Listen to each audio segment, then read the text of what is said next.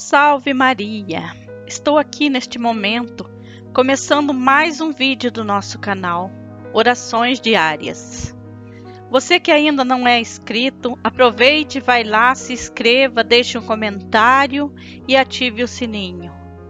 Uma boa tarde para você e obrigado por estar aqui me ajudando em mais um momento de fé e amor a Deus, nosso Pai. Em nome do Pai, do Filho e do Espírito Santo. Amém. Hoje vamos conhecer a história de Santa Giana, a protetora das gestantes. Vamos começar pela oração. Ó Deus, amante da vida que doaste a Santa Giana responder com plena generosidade a vocação cristã de esposa e mãe, concede também a mim, por sua intercessão, também seguir fielmente os teus desígnios, para que resplandeça sempre às nossas famílias a graça que consagra o amor eterno e a vida humana. Por nosso Senhor Jesus Cristo, teu Filho que é Deus, vive e reina contigo na unidade do Espírito Santo, por todos os séculos dos séculos. Amém. Santa Giana, rogai por nós. Meu amado Pietro, como agradecer a magnífica aliança. Querido Pietro, em sinal de reconhecimento, eu lhe dou o meu coração e sempre amarei você como amo agora. Acredito que na véspera de nosso noivado há de sentir-se feliz, sabendo que é para mim a pessoa mais querida, a quem sempre dirijo meus pensamentos, afetos e desejos, e só espero o momento de ser sua para sempre. Queridíssimo Pietro, você sabe que é meu desejo vê-lo feliz e saber que está feliz. Diga-me como deverei ser e o que deverei fazer para fazê-lo feliz? Com muito amor, desejo-lhe uma Santa Páscoa. Um abraço, sua Giana. Esta seria apenas mais uma linda carta de amor, se não fosse um detalhe. É uma carta de amor escrita por uma santa. Giana Beretta Molla nasceu numa família católica da região de Milão.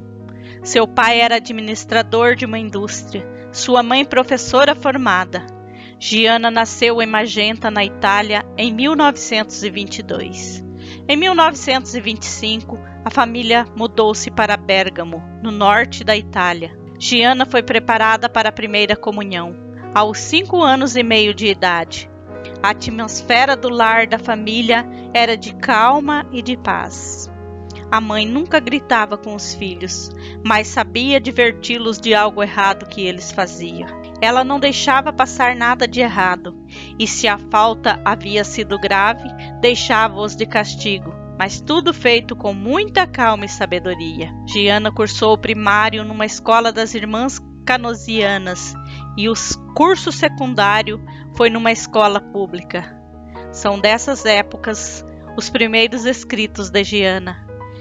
Eram cartas escritas aos pais e irmãos. Logo depois o pai ficou doente e impossibilitado de continuar trabalhando. Por recomendação médica, ele pediu sua aposentadoria por doença e se mudou com toda a família para uma cidadezinha à beira-mar. Nesta pequena cidade, a família continuou com os hábitos anteriores: missa diária, participação bastante ativa na vida paroquial e vida familiar intensa. Ao completar 15 anos, os pais enviaram Giana para fazer um retiro espiritual com o pregador jesuíta Padre Michele Avedano. Este retiro a tocou profundamente. Ela começou ali a escrever seus pensamentos e o primeiro caderno está cheio de alusões a este retiro. Ela notou o que mais a impressionou e que ela transformou em orientação para toda a sua vida. Horror ao pecado, a necessidade da oração, a importância da graça de Deus e viver uma vida de imitação a Cristo. E, sobretudo, ela começou a entender que o apostolado da caridade é o que de melhor se pode fazer às pessoas. Nessa ocasião, ela compôs uma fórmula de consagração a Maria. Ó Maria, eu me entrego em tuas mãos maternas e nelas me abandono completamente, com a certeza de obter o que te peço. Tenho confiança em ti, porque tu és a minha doce mãe, e minha confiança é total, porque tu és a mãe de Jesus. Com esta confiança eu me coloco em tuas mãos, segura de ser ouvida. E com esta confiança no coração te saúdo, minha mãe e minha confiança. Eu me consagro inteiramente a ti, rogando-te de te lembrares que eu sou tua, que te pertenço. Guardei-me, defendei-me, ó doce Maria, e em todo instante de minha vida apresentai-me ao teu Filho Jesus. Depois desse retiro, Giana levou muito mais a sério a sua vida cristã. Ela havia deixado de ser criança. Seu rendimento escolar também melhorou bastante.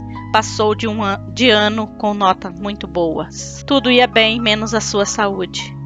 Ela se sentia fraca, cansada. Teve de parar os estudos e ficou em casa ajudando a mãe e estudando piano. Pouco depois, sua mãe morreu. Foi uma dor imensa para Giana, que amava profundamente. O pai, que já vivia adoentado, piorou depois da morte de sua amada esposa. Apenas 4 meses depois, ele também veio a falecer. Pouco depois, em junho de 1942, em plena guerra, Giana termina os estudos secundários e entra para a Faculdade de Medicina na Universidade de Milão. Mas a guerra se agrava. A Itália foi ocupada pelo exército nazista alemão. Giana continuou sua formação cristã na Ação Católica. Ela se dava muito bem com uma freira que era orientadora de seu grupo, a irmã Mariana. Numa carta a esta irmã, ela dizia: o passado nós entregamos à misericórdia de Deus, o futuro à providência divina. O nosso dever é viver o momento presente santamente. Estou firmemente decidida a viver em cada instante a vontade de Deus e vivê-la com alegria. Depois que a guerra terminou, Giana continuou seus estudos. Em 1949, Giana se forma em medicina. Tinha nessa época 27 anos. Ela fez especialização em pediatria. Depois de formada, Giana, agora doutora, estabeleceu seu consultório médico na cidadezinha de Messero, ao lado de Magenta, onde morava. Ela conquistou a simpatia e admiração dos habitantes da região. Todos admiravam o grande amor que ela tratava as crianças e os idosos. A jovem doutora aconselhava as gestantes a terem seus filhos em casa, internando-se em maternidades e clínicas só em casos complicados ou de risco. O que mais impressionava a todos era a sua profunda humanidade e a grande atenção que dava a cada pessoa. Se um doente não tinha cura, ela se esforçava para prepará-lo para a morte da melhor forma possível. Se atendia alguém que havia ficado doente devido à vida desregrada, ela argumentava fortemente para a pessoa mudar de vida. Aos doentes muito pobres, ela não só deixava de cobrar o tratamento, como algumas vezes ofertava dinheiro do próprio bolso. Ao completar 30 anos, Giana começou a pensar em ir para o Brasil, em ser missionária médica, onde já estavam seus irmãos Henrico e Francisco. Eles construíram um pequeno hospital numa região extremamente pobre do Maranhão. Os irmãos queriam que ela fosse. Desde pequena ela já se sentia chamada pelo ideal missionário. A atração era grande e ela escreveu para Henrico, já fazendo planos para partir. Porém, Deus tinha outros planos para ela. Giana foi formalmente desaconselhada para ir para o interior do Maranhão devido à sua saúde frágil. Ela não suportaria o clima tropical quente e úmido do norte do Brasil. Ela ficou perturbada com essa situação. Pouco depois ela foi a Lourdes, acompanhar um trem de doentes e lá pediu luzes para entender o que Deus queria dela. Se não era para ir ao Brasil, será que era para se casar? Seu confessor insistiu que sua vocação era o matrimônio e ela, depois de muito rezar, se convenceu que este era o caminho que o Senhor desejava para a sua vida. No dia 8 de dezembro de 1954, ela se encontra pela primeira vez com o homem que viria a ser seu esposo, o engenheiro Pietro Mola. Foi na festa da primeira missa de um recém-ordenado padre capuchinho na igreja da cidadezinha, onde Giana tinha seu consultório médico. Já de imediato, Giana sentiu que havia encontrado a pessoa certa. Em seu diário, ela escreveu sobre esse encontro. Sinto a tranquilidade serena que me dá a certeza de haver tido ontem o encontro certo. A Virgem Imaculada me deu sua bênção. Alguns dias depois foram a um encontro no famoso Teatro de Milão. Outros encontros se sucederam e tudo correu muito bem. Pietro também escreveu em seu diário: quanto mais eu conheço Gianna, mais estou convencido de que Deus não poderia me haver feito conhecer uma pessoa melhor que ela. Em abril do ano seguinte se tornaram oficialmente noivos. Os dois se amavam muito. Nas cartas que trocavam, procuravam ajudar um ao outro com bons sentimentos e muito afeto. Numa carta, Gianna pergunta: Pietro, será que eu serei capaz de ser a esposa e mãe que você tanto deseja? Eu quero ser porque você merece e porque eu te quero muito. No dia 24 de setembro de 1955, eles se casaram. O celebrante foi o irmão de Gianna, padre Giuseppe, que na homilia lhe disse: não vou lhes falar de santos, mas de nossa mãe. Você se lembra como ela estava sempre sorrindo, sempre dócil, paciente, ativa e sempre unida a Deus, tanto nos momentos de alegria como nos de sofrimento. Gianna estava muito feliz e assim partiu para a lua de mel, que foi em Roma. Um ano depois do casamento nasce o primeiro filho, Pierluigi. Gianna não cabia em si alegria e felicidade. O batismo foi feito numa pia de prata que pertencia à sua família. No mesmo ato do batismo, os pais consagraram o bebê a Nossa Senhora do Bom Conselho. No ano seguinte, ela ficou grávida de novo. Era uma menina e foi batizada com o nome de Maria Zita. Em 1958, engravidou pela terceira vez.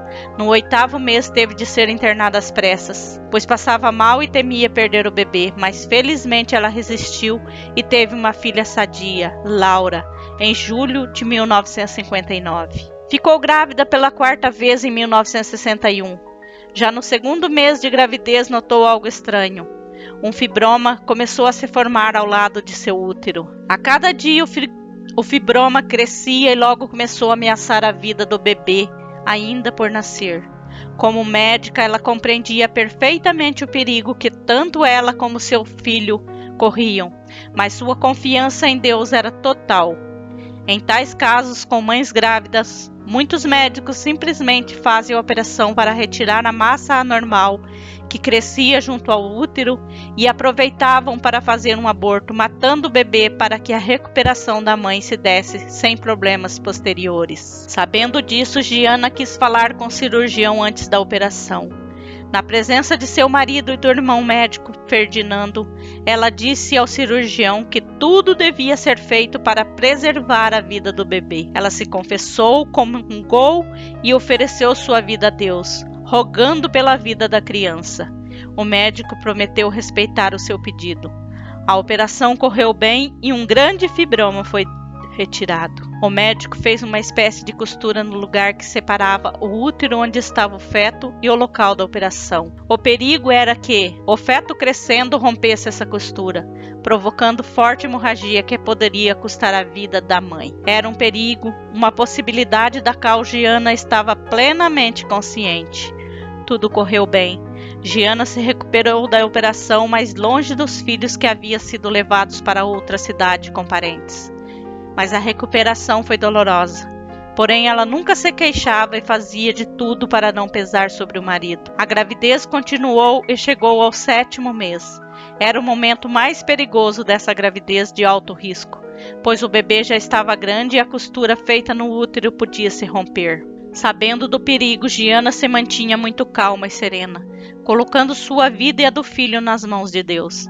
Ela sempre repetia: seja feito o que Deus quiser. Sabendo que o dia do parto se aproximava, ela chamou o marido para lhe dizer em tom firme: se deveis decidir entre mim e o filho, nenhuma hesitação, escolhei a criança, salvai-a, eu exijo isto. Nessa época, ela escreveu a uma amiga: irei em breve para o hospital, mas não estou certo de que voltarei para casa.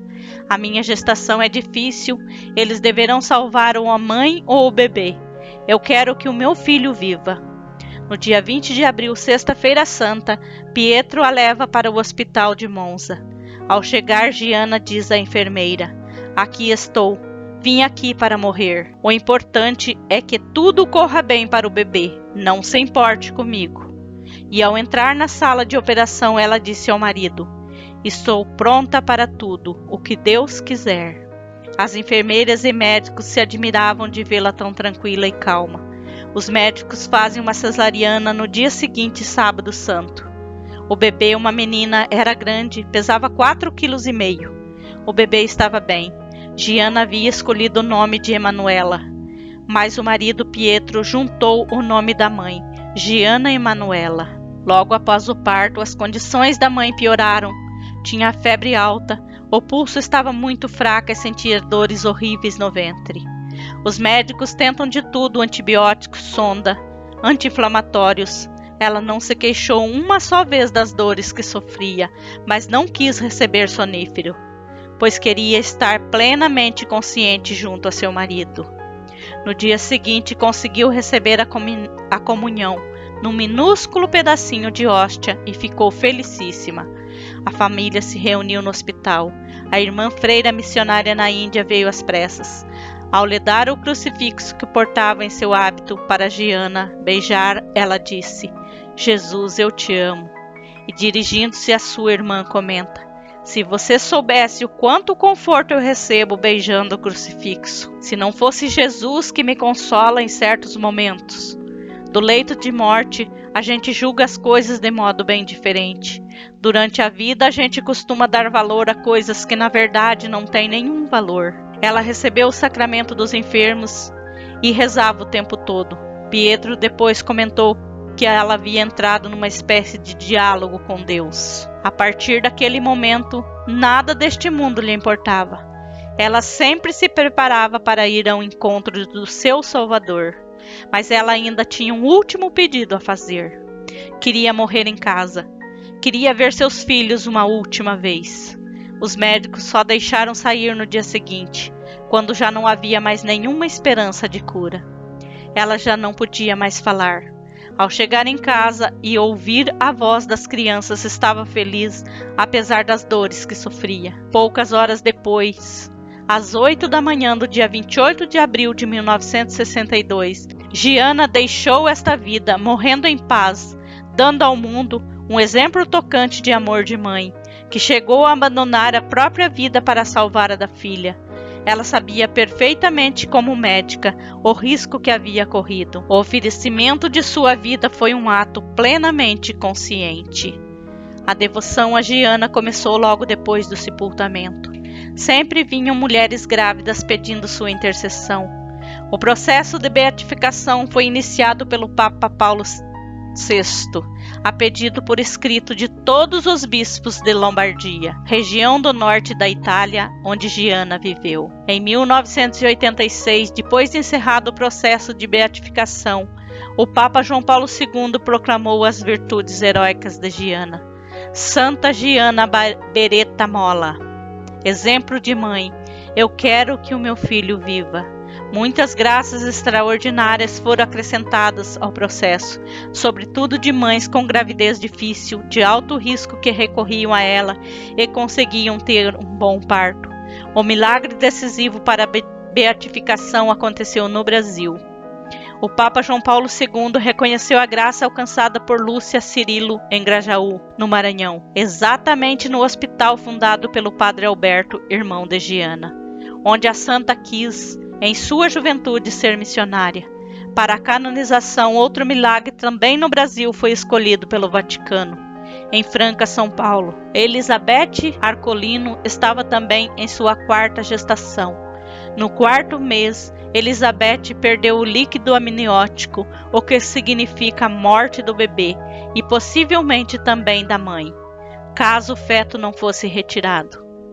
O bispo Dom Diógenes Mateus orientou a mãe a pedir intercessão da então beata Giana. A gravidez foi milagrosamente levada até o fim, e a criança Giana Maria Arcolino, nome escolhido em homenagem à santa, nasceu e se mantém saudável. Giana foi beatificada em 1994 pelo Papa João Paulo II que apresentou como modelo para mulheres grávidas e para o movimento contra o aborto em defesa da vida. 16 de maio de 2004 foi canonizada. O marido de Giana, bem como os filhos do casal, incluindo a pequena Giana Emanuela, estavam presentes na celebração. O Papa João Paulo II assim se expressou sobre Santa Giana. Seguindo o exemplo de Cristo, que tinha amado os seus, amou-os até o fim. Esta santa mãe de família manteve-se heroicamente fiel ao compromisso assumido no dia do matrimônio. O sacrifício eterno que selou sua vida dá testemunho de que somente quem tem a coragem de se entregar totalmente a Deus e aos irmãos se realiza a si mesmo. Louvado seja nosso Senhor Jesus Cristo, para sempre seja louvado. Fiquem com Deus, Deus abençoe a todos, todos vocês, toda a sua família. Não se esqueça de passar lá no meu canal, se inscrever, deixar um like, um comentário e ativar o sininho para não perder nenhum de nossos vídeos.